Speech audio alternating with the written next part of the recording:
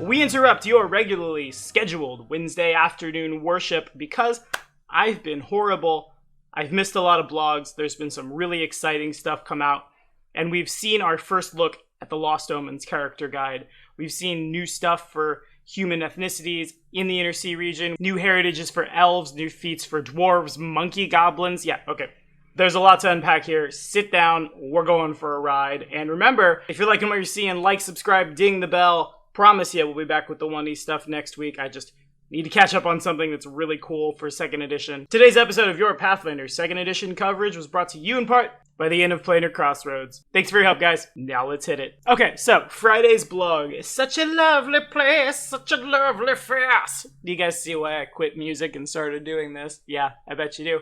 Has shown us, in addition to just a lot of art for like every ancestry, some of the stuff we will be seeing in the Lost Omens character guide. It's not just new ancestries, which we'll be covering pretty soon. Different mechanical things for the different cultures of the Inner Sea and most likely beyond.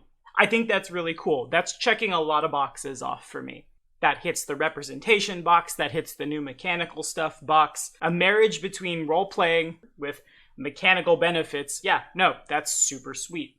This is represented in a couple of ways. First off, some of the new things are just flat uncommon. You, of course, at GM discretion, can get your hands on these things, but characters of certain ethnicities have them just from jump. For example, if you're playing an Erutaki Tupilak Carver, as long as you have a spellcasting class feature with the Divine or Primal tradition, since you know the truth behind old stories that tell of sending a fetish of bone and sinew to seek vengeance, part of the Erutaki culture, you have access to magic that allows you to add Summon Construct to your spell list.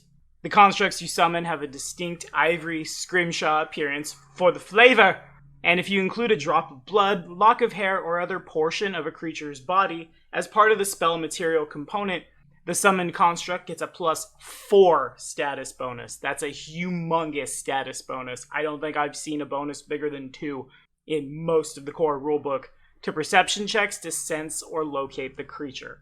Did someone go invisible, but did you manage to nick them before they did and they've bled somewhere? Summon up an ivory construct and they will find them. That's really cool. Again, ticks the flavor box, ticks the representation box, ticks the mechanically good box.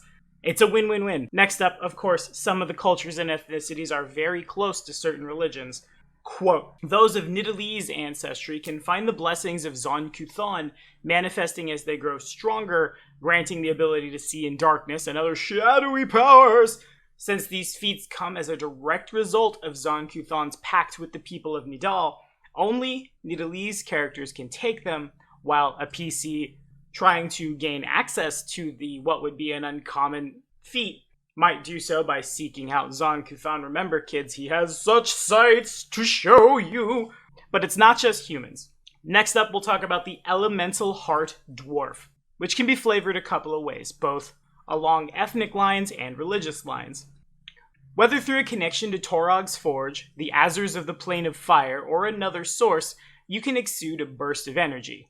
Mbeke and Taralu dwarves of the Mwangi Expanse believe this heritage is a gift from dragons or elemental spirits, and there's validation for the dwarf dragon disciple we made. Huzzah! Choose acid, cold, electricity, or fire. Once chosen, this can't be changed, and you get the energy emanation activity. Once per day, you deal 1d6 damage of your chosen type to everything next. Basic reflex save using class DC or spell DC, whichever is higher.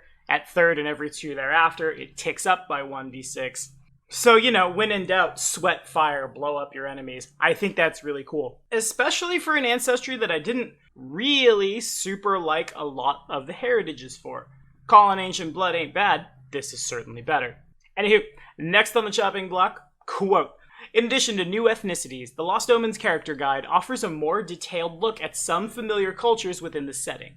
For instance, inside this book lies the true name of the Snowcaster Elves, as well as a number of secrets about their true origins. Bet you didn't even know those existed, did ya?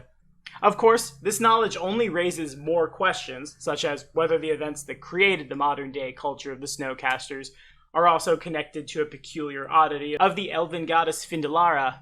As an aside, the Snowcasters have always had a distinct look, but when ordering art for the Lost Omens character guide, I asked for a specific addition to their silhouette, a pair of antler-like blades that the elves can quickly combine with other gear to transform into skis or a sled. This allows snowcasters to move rapidly over snow and ice, and makes them somewhat intimidating at a distance because this art kinda looks like a Wendigo in the dark, right? In any case, I really hope that art has something mechanical, because I, for one, really love the utility of having like a sword or a bow or something that I can slap onto something else and have a sled.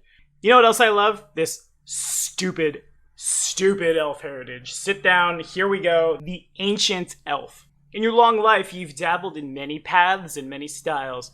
Choose a class other than your own. You gain the multi-class dedication feat for that class, even though you don't meet its level prereqs. You must still meet the other prereqs to gain the feat. But that's... what?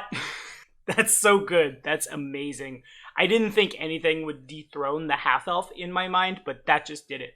That means if your 14 intelligence elf fighter is planning on archetyping into wizard, they may do so. Again, from an ancestry that I was only really liking one of the heritages from, and it was situational at best, they can just have it from jump. They can avoid, like, the only feat tax right now in Pathfinder 2nd Edition, your dedication.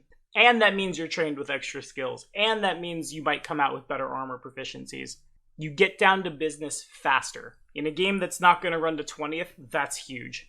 100% will be playing elves in 2nd Edition.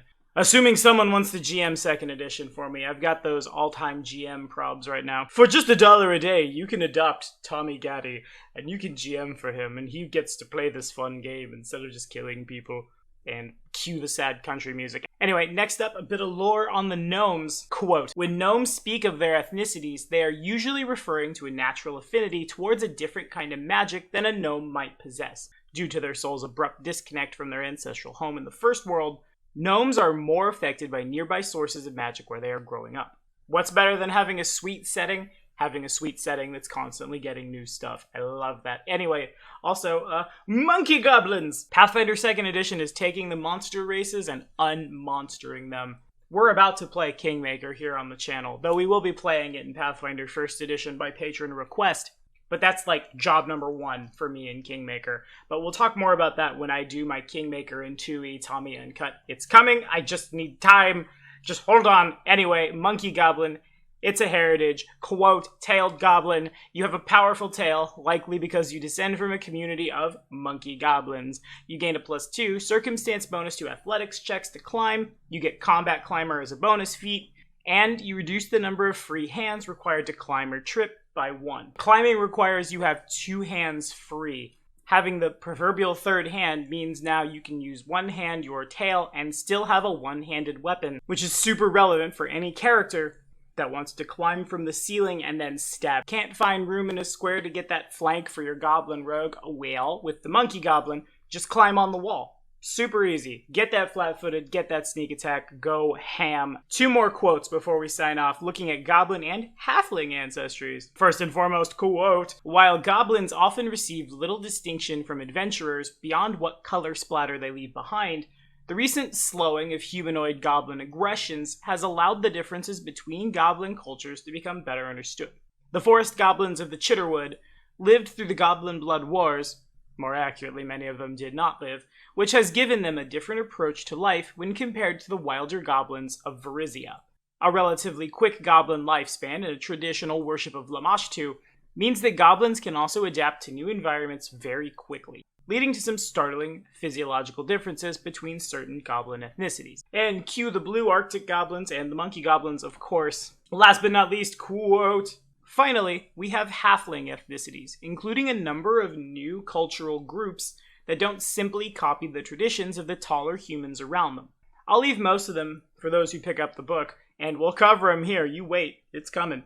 But I'd be remiss not to mention Luis Loza's favorite of the bunch, the Othobin halflings, fondly referred to as time halflings, from ancient Thassalon. So that's exciting, and we definitely will see more. Also, next week it looks like we're going to be looking at the new ancestries in the Lost Omens character guide. I still need a name. Ancestry Anthology doesn't sound bad. I don't know. In the comments, help. I need help. Also, thank you guys so much for your time. I know we're 0 for 2 on the 1E stuff this week, You guys are hearing me in a brand new, much nicer microphone now. And I didn't realize we were still doing vlogs. That's on me. Once the dust settles, we'll be back on it. Until then, my friends, see you next time.